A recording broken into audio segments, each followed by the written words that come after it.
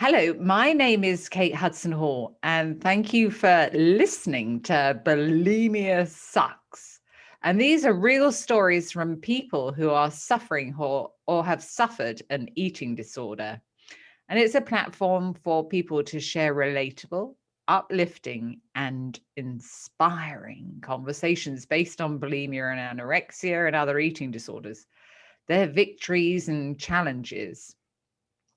And episodes will include their personal stories of where they are now and their difficult journeys and their steps taken into recovering from their eating disorder. Now, our guest today is Natalie Swanson.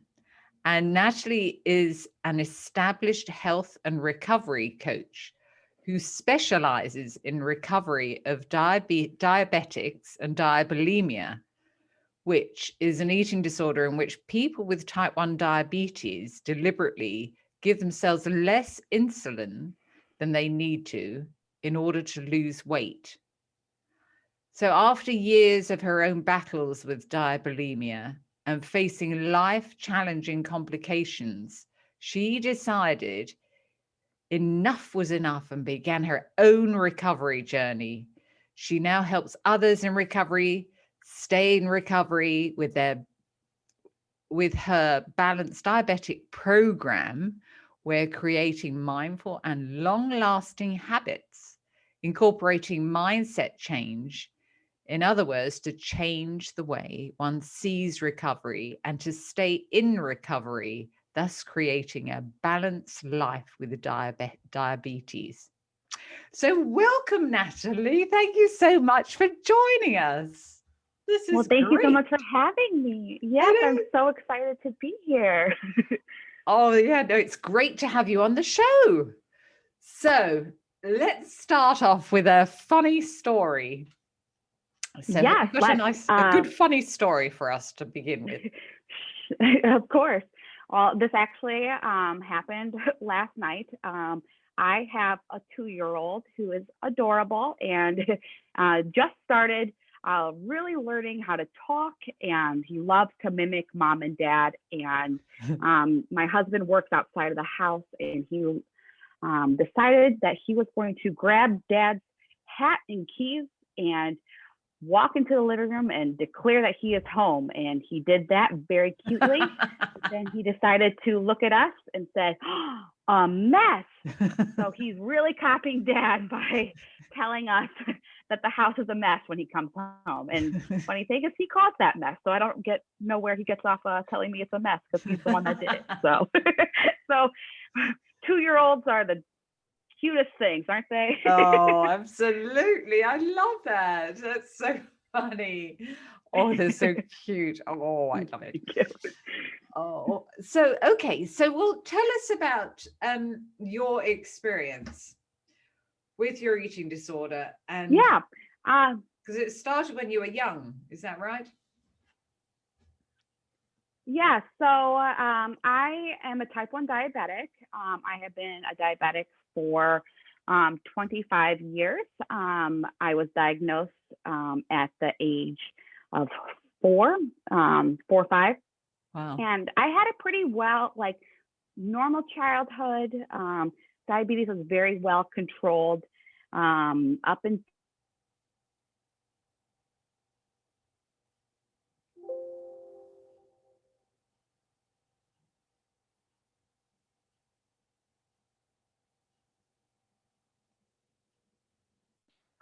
it was hard to be hard to be a teen. And I went to the doctor one day, and he asked me, "Are you not taking care of your diabetes because you don't know how, or because you want to lose weight?" And I said, "Lose weight? What is this?" So I dove into the deep web and looked up how to lose weight as a diabetic. Right.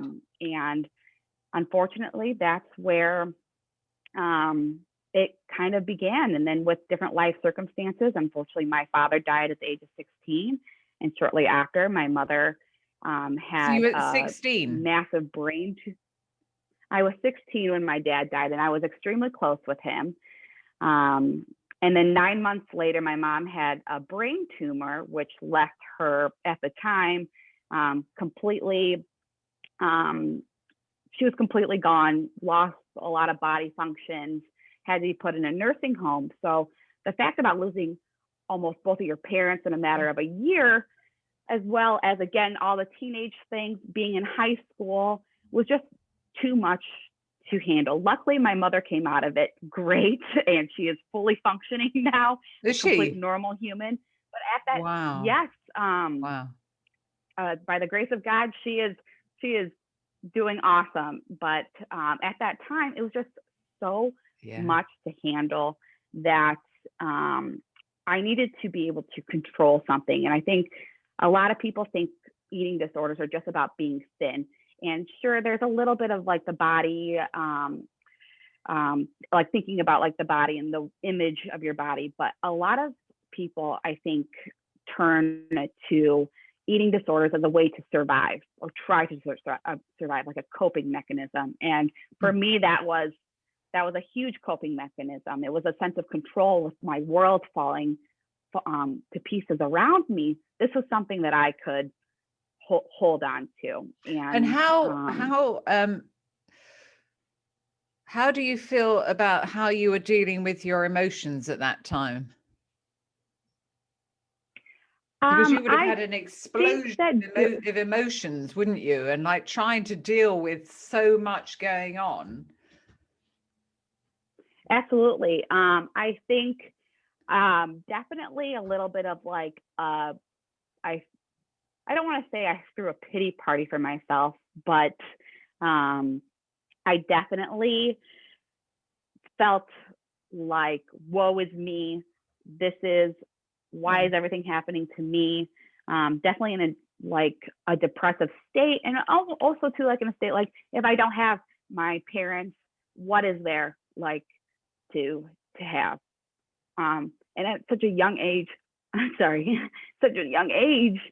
that's so difficult. And also on top of that, I do have a younger brother, not by much, but still I was forced into that role of taking care of him, and making sure that he was all set and putting my needs behind me. I didn't go to doctor's appointments. I didn't take care of everything I needed to, including, taking my medication, taking my insulin, and then seeing the weight drop as well. I was like, well, you know what? If the weight is dropping, that's one less thing I have to worry about. I can still look a certain way or look put together as I thought I was. Because I think too, a lot of us think that if I'm thin or if I, look a certain way, then that's a sense of happiness that can be achieved. You don't have to worry about the struggle of fitting in clothes or fitting in with your peers. You have the body type, so you can focus on other things. So it was just a lot of emotions, and I think, again, it was a coping mechanism for myself. Yeah. And so explain for people that don't know what diabulimia is. So I briefly explained it at the beginning. So could you explain it to us further now? Yeah, so diabulimia is basically when you take less insulin than your body needs, and you set your body into a state of ketosis. I know a lot of people are very into the keto nowadays, and it's sort of a form of that, but not real. It's 100 times more dangerous. It's basically turning your body into such a level of acidity that your body breaks down. So you're breaking down fat, but you're also breaking down muscle and tissue, and that's where all the complications come from. And another thing with diabulimia is you can look completely normal on the outside. There, you don't have to even necessarily binge. I did because it was just another coping mechanism. But you could be eating normally and just not take your insulin for a meal, and you can lose weight. I will never forget. I went on I used to weigh myself daily. I went on a binge one night and did not take my insulin. My blood sugars were reading over 500, which is for a normal person. 100. Oh my gosh. And for those who don't know, a normal blood sugar reading for a person with diabetes, you would want to be between 80 and 120. Yeah. It was over 500, probably even higher than that, because the meter only goes up to 600, and it was reading HI. And I weighed myself the next day, and I was down 15 pounds. And it happens so fast because your body is just not functioning at all. And it can lead to what they call diabetic keto acidosis, which I have had more times than I care to admit, where you become hospitalized. Yeah. And you can lose your life from that. You can go into diabetic coma and lose your life. So it's a very scary eating disorder. Not that none of the other eating disorders are scary, but this is a little, could be a little tricky because you're dealing with a chronic illness as well. Yeah. Gosh. And your health now. Oh, well, we'll continue with the story, because you got to a point, didn't you? Within the journey, the eating disorders journey there, that you got to a point where you thought, actually. So tell us about that time. Well, sure. So I suffered with diabulimia for, I want to say 8 to 10 years, because 2 of the years I was in quasi recovery, I would say. So just, again, hospitalization after hospitalization was really, really tough on myself. It was tough on my family. After my mother fully recovered from her brain surgery, she became almost, again, a caregiver for me, always constantly like watching me. And I saw the emotional toll it was on her. For my brother, again, just the hospitalizations and missing out on events, I was getting tired. I went to university and was just having a horrible time. Couldn't keep my grades up, just couldn't have the energy to even hang out with friends or just do day-to-day activities. I would be laying on the couch because just my body was absolutely falling apart. And I decided to drop out of college and go home. Sorry, Natalie, so with the diabulimia at that time and the reduction in insulin, so were you doing this? How often would you do this? So typically for someone, you take a long-acting insulin, which is like the background insulin, and a short-acting insulin that you take for meals. And someone with diabetes, depending on their carb ratio, can take between 30 and 50 units a day. I would take my long-acting insulin in the morning, but I'm supposed to take it twice a day. I would take it in the morning, and then I would take 10 units in the morning of my short-acting, and that was it. So I was taking probably a fourth of what I was supposed to be taking. And just so I was just enough, just not sick enough that I could function and stay out of the hospital, which sometimes it didn't work. So it was scary to think about how little insulin I was taking, and how it would really just drain my energy. But I dropped out of college, came home, and I remember sitting on the couch one day and just being like, I really messed up. Like I got into my dream school. I was doing my dream degree program, and I couldn't do it because of this eating disorder. And I, didn't have a social life. I saw how distressed my parents were, and I went into my mom's room and I said, Mom, I need help. I need absolute help. And my mother, was the best woman ever. She has been so supportive. And she was like, well, let's get you help. And I started therapy. I never went to full treatment. But I started my therapy sessions. And Natalie, did you have any help before whatsoever? Or did you have any therapy or anything? Nope. So this was the very first. I had no therapy. So my first ever therapy was when I decided to get help. Right. And why do you feel that was the right time? How did you know that was the right time to go speak to your mother? It was the right time.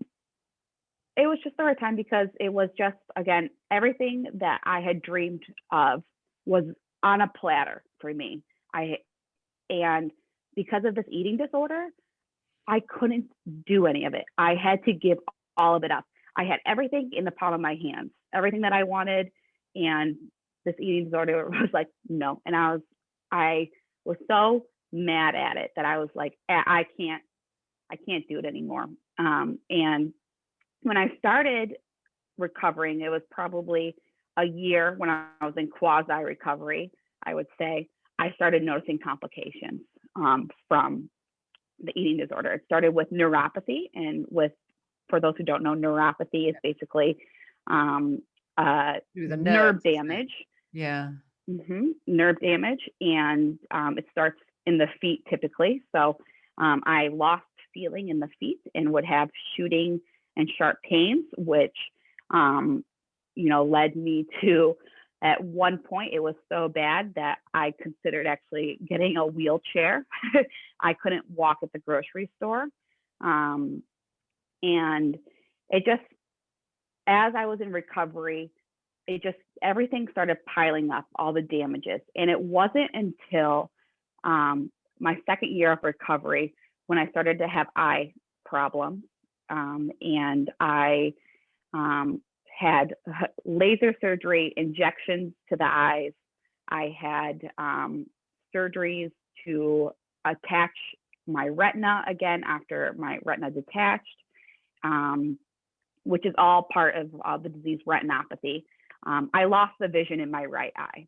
And when that happened, that is what really set me into full recovery, because I said, going blind is not worth any control, any body I wanted, any kind of image, because if I don't have my sight, I can't do anything that I want. At that time, I did not meet my husband yet. I did not have a child yet. I knew I wanted to start a family.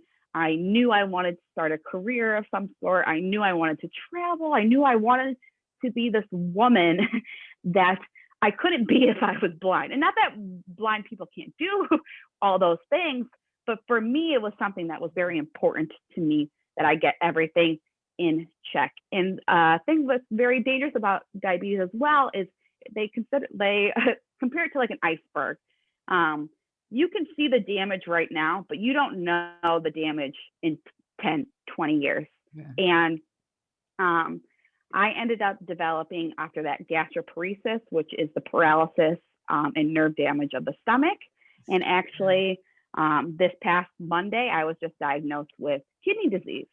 So it's a never-ending thing, and I was just done with the complications. I wanted to save my body. I wanted a bigger life, and that's when I started full recovery, and I knew that I had to make a change.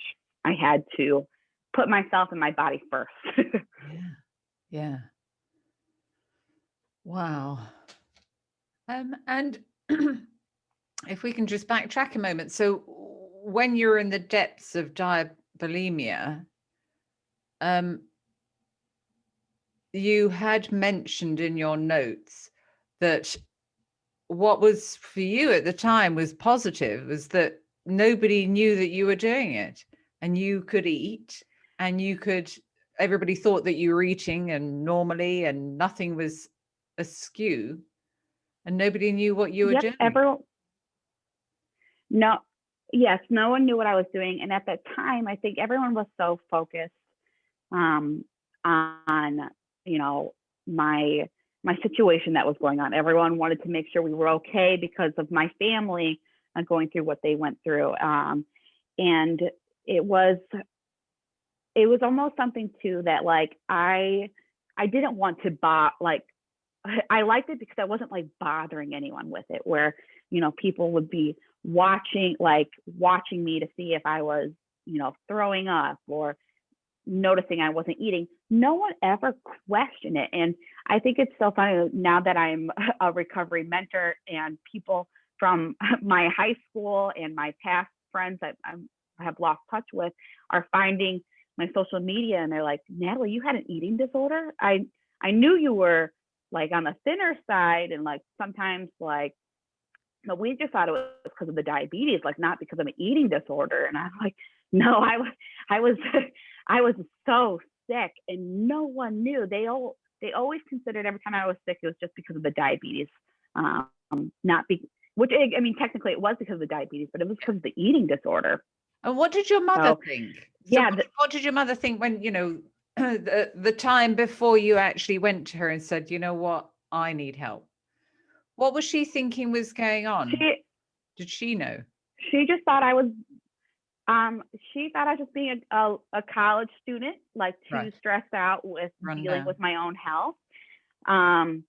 She knew I was a little off because, you know, the exercise obsession, the, you know, the always having to, you know, I would still, you know, categorize foods good or bad.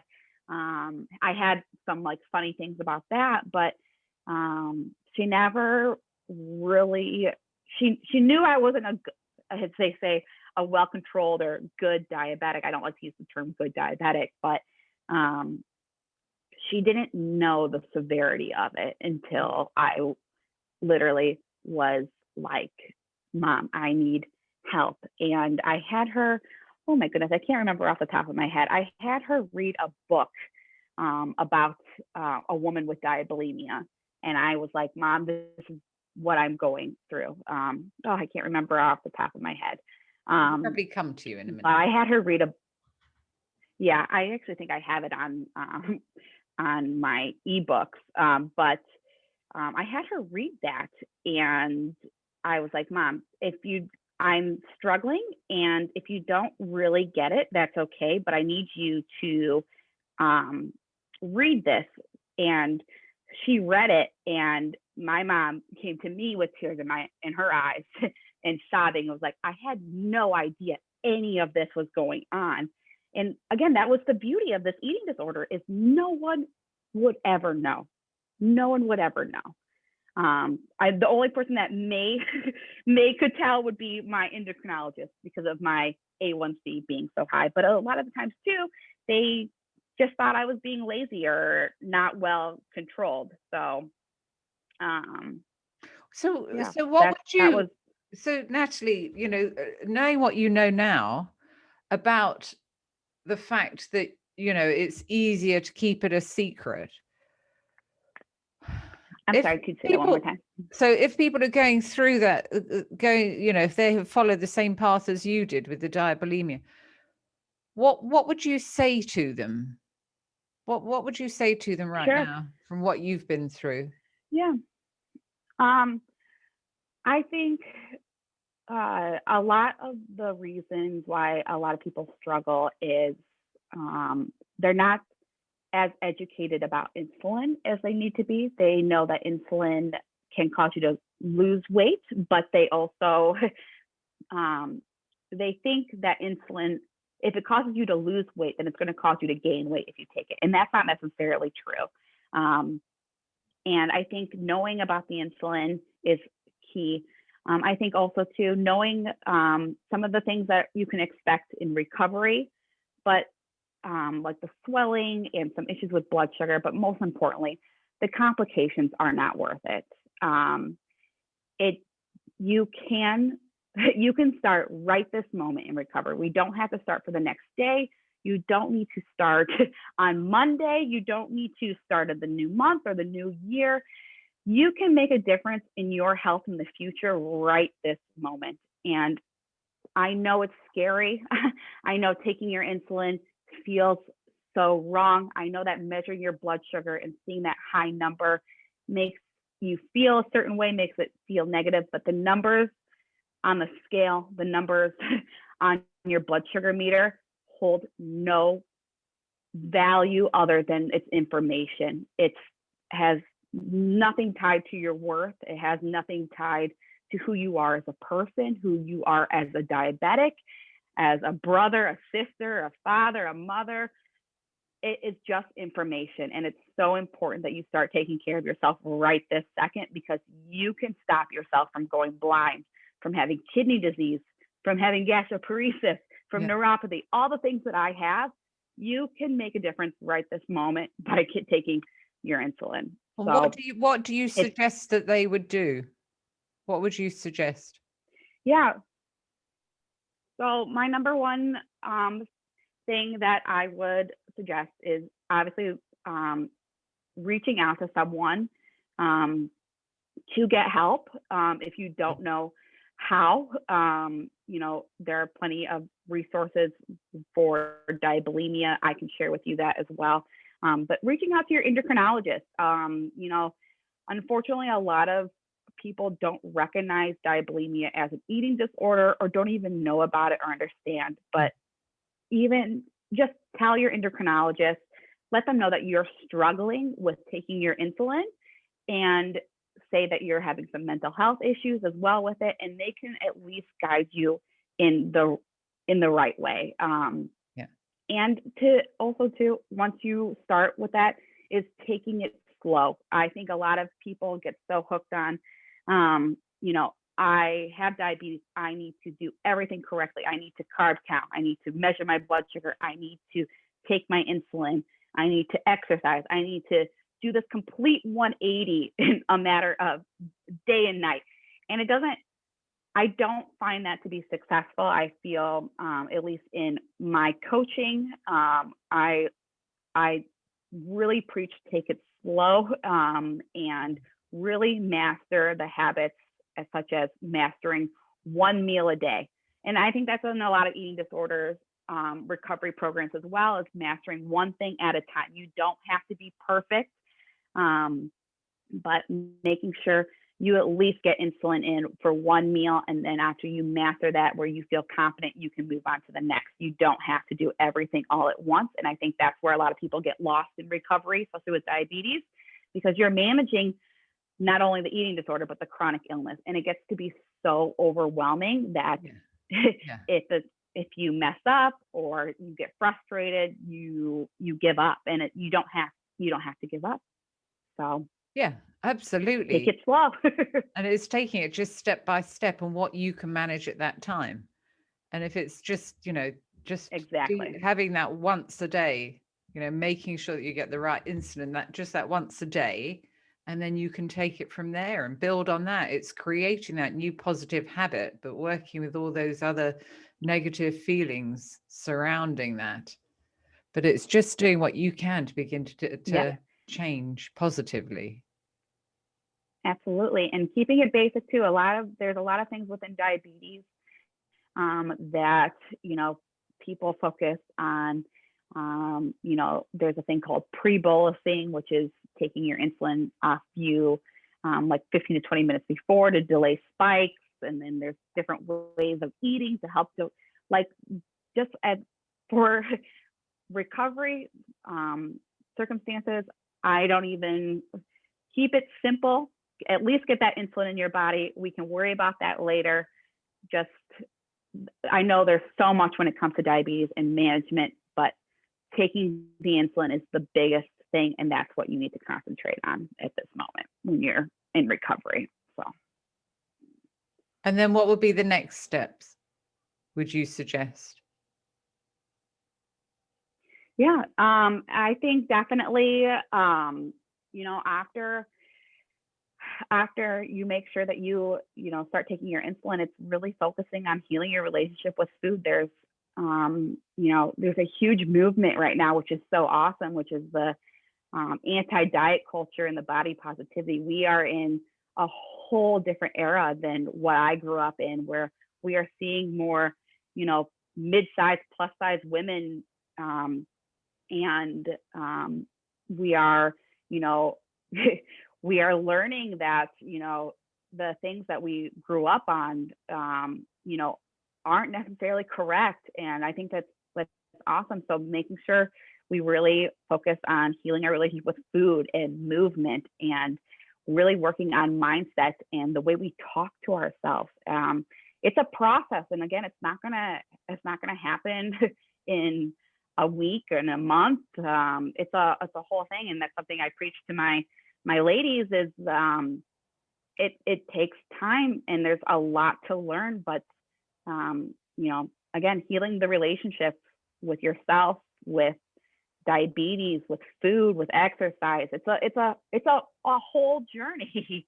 And it's, again, it sounds overwhelming, but once you get to a certain point, it's so beautiful. It's like, it's almost like the sun finally comes out and you just see the world differently. And when I watch these breakthroughs with some of my clients, it's absolutely fantastic. I will never forget, I had one client, and even something that I went through myself. Pizza is very feared in the diabetes community because with the sugars and the sauce and the carb with the crust. And she messaged me and she said, "Natalie, I ate pizza today, and I tested and measured my blood sugar, and it was a little bit on the higher side, but I didn't get upset, and I didn't care how many calories was in it, and I took the insulin." That is such, to hear that and to even have that experience myself, as I've come to not fear certain foods, it is so beautiful, and it's so worth it. There's so much more to life. There really is, than the eating disorder. And once you get to that point, it's heavenly, to say the least. Yeah. What a point to get to. So after you'd had, so you had a year of intense therapy. Yes. And then what happened? What did you do after that? So honestly, I took it, I did intense therapy, for 2 years. And then I moved, and actually I stopped therapy. And, again, I don't necessarily recommend this route to people, but I kind of did recovery on my own, but I had a different circumstance than most people. I was forced into recovery a little bit because of my complications. I was so fearful of the complications. But I kind of had a whole process with it. I did get into like exercise and, different, ways of eating and tracking. But it wasn't until I had a coach. I hired a coach on my own, who, really was focused. What sort of coach was she? What sort of coach? So she primarily was a weight loss coach, but focused on mindset. And I told her my background, and she was the one that was like, "You know what? We're not." First, she's like, "We're not focusing on weight loss, like not with your background," and which I was fine with. I was fine with my body at the time.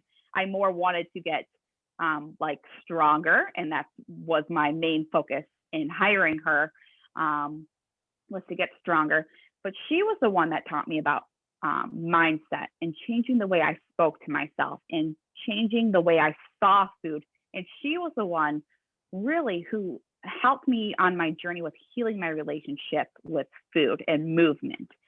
And her teaching me these things was my biggest light switch. I think therapy was great, and it really dug into my past issues, especially like with losing my father. But it was me seeing that there didn't have to be good or bad foods, that I could literally eat anything I wanted to, and it still was nourishing. Maybe some foods were less nourishing than others, but food is food, and food is meant to be enjoyed. And so is exercise. And there's so much more to exercise than to lose weight. There's the you time, the listening to music, the endorphins, everything about that, like just changing the way you talk to yourself. She said something that was huge to me that I would love to share with you guys. Is she asked me one day, how's my thoughts been? I was like, I've been kind of beating myself up. I've been saying this and that. And she goes, Natalie, would you be comfortable, saying what you say to yourself, to your mother or to your friend or to a cousin or a sister? And I thought about it and I said, no, absolutely not. I would never say what I say to myself, to them. And she goes, well, then why are you verbally abusing yourself like that? And I go, verbally abusing? And I was like, oh my gosh, I really am. And she was telling me, what you say to yourself is what you start to believe, and what then that kind of becomes your world. And you start, even though you see a bunch of things, you start cherry picking those negative things. And when you start talking to yourself kindly, giving yourself grace, and even like your world just starts opening up, and you start believing in yourself, and you start really, being able to push yourself forward to, stay in recovery, to really, move forward in your health goals. And that to me was mind blowing. And because I think it wasn't easy. Majority of people, they're not aware about that they have this voice in their head. They don't really, because we don't actually ever really consciously talk about that. So so even though people have it there, they don't really understand that they could do something to, first of all, be aware of that they're talking negatively to themselves. And then they could batter that voice away and replace it with something positive. It's being aware that you have that negative voice, telling it to stop, to get lost, and then replacing it with like a positive affirmation or a positive phrase or something is going to help to help you to feel calmer or better about yourself. But also, it's like you say, working with those beliefs and those negative beliefs that you have about yourself, and starting to gradually begin to change those. 100%. And again, that was major for me, and her helping me through these mindset changes in the different ways I could see diabetes and all these things around me and all these struggles that I was going through. I felt very, very inspired by her. And I was like, I know so many diabetics and so many women in my community who struggle with this, even if it's not a full-blown eating disorder. Maybe it's just an unhealthy relationship with food or exercise, who need to start thinking like this. And that's where I kind of brings me into what I, do today. I became certified in mindset and health coaching, and I am now working with the organization We Are Diabetes. I'm going to be starting becoming a certified recovery coach fully, specializing in Diabulimia. So it is a full turnaround, and I wouldn't have it any other way. I think I struggled, but I struggled I feel like I struggled for a reason, and I struggled for that reason so I can help others. And so I can help, at least if I help one person not have a complication and start living their life, I've done my life's mission. I am a happy woman. And I struggled. It's been heartbreaking. But I would do it all again. I would do it all again to be where I'm at today, 100%. So it's great. So would you, for the people listening, so would you be setting up a private practice? If they were to be able to, would they be able to access you online? Yeah. So at the moment, I am on Instagram as type balanced _. And I'm also doing Facebook groups, where I have a Facebook group called the Balanced Diabetic community, and where it is a fantastic place where it is a very safe and small community, but we do live trainings about recovery. We do a lot of, support, but it's all free because I know a lot of people aren't completely ready to do therapy, aren't completely to go into treatment, but like may want to, start kind of like testing the waters. And I just want to be able to support and help everyone, no matter your financials. And also to, I'm waiting a little bit until I am fully certified to start taking one-on-one clients for full recovery until like recovery coaching. But right now, again, there's a lot of information on my Instagram and with the Facebook group. I actually do live trainings every Wednesday. And today we are talking about recovery and some of the lesser known recovery facts and things you may expect that no one has told you, especially with diabetes. So it's a lot of things every Wednesday are a little different. Every Wednesday at what time? Every Wednesday at 2 p.m. Eastern. I do live trainings. They're between 15 minutes and a half hour. And I kind of base it on, the temperature of the group. I'm in there almost every single day talking to women. It is primarily women, but if you're a man, come on in too. I kind of see what they're struggling with, what questions they have, what they want to know more about. And it's really, again, it's a free community with free resources. You tell me you're struggling with A, B, and C. I will get you the answers. I will, do my best to help you. And if we need to, take it to a higher level, I will put you in the right spots. I've helped a handful of women go into treatment and, find, different therapists and whatnot too. I kind of a liaison right now, just to, get people in the door to start living and, learning about recovery. So. Yeah. And Natalie, so when will you have finished and be fully qualified? September of 2021. So. Oh, soon. Very soon. Yes. Soon. Oh, I love it. That's good. Yes. That's very great. Soon. Yes, I'm very excited. Yeah. Yeah. So what was the name again of your Facebook group? So it's the Balanced Diabetic community. The Balanced Diabetic. And we'll put the link the below Balanced Diabetic. Anyway. There will be a link, and then too, again, I post frequently, kind of more fun stuff, but on Instagram as well. A lot of posts and interactive stories, and I try to bring a lighter side to recovery. A lot of times recovery can feel very dark and daunting, but there can be a little humor, a little light to it as well. That's what I say about doing these podcasts. That's what I say about doing the podcast, because it's like it's such a difficult area, but also we want to try and keep it a little light. Yeah. So before we finish, Natalie, so tell me how your health is now.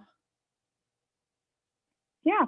So I have to be honest, I feel the best I have ever felt in years, even with a 2-year-old that wakes me up constantly. Overall, my health is pretty stable. Like I mentioned a little earlier, just this past week, I was diagnosed with kidney disease. So that's a new venture I'm taking on and going to be trying to manage. Luckily, it's in early stages. So I believe we're okay for now.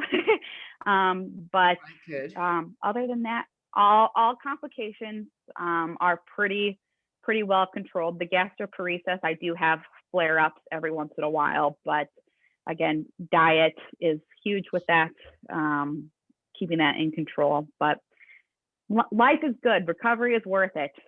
Let me tell you. Yes, overall, it is. So. Yeah. Oh gosh. Well, Natalie, thank you so much for joining us.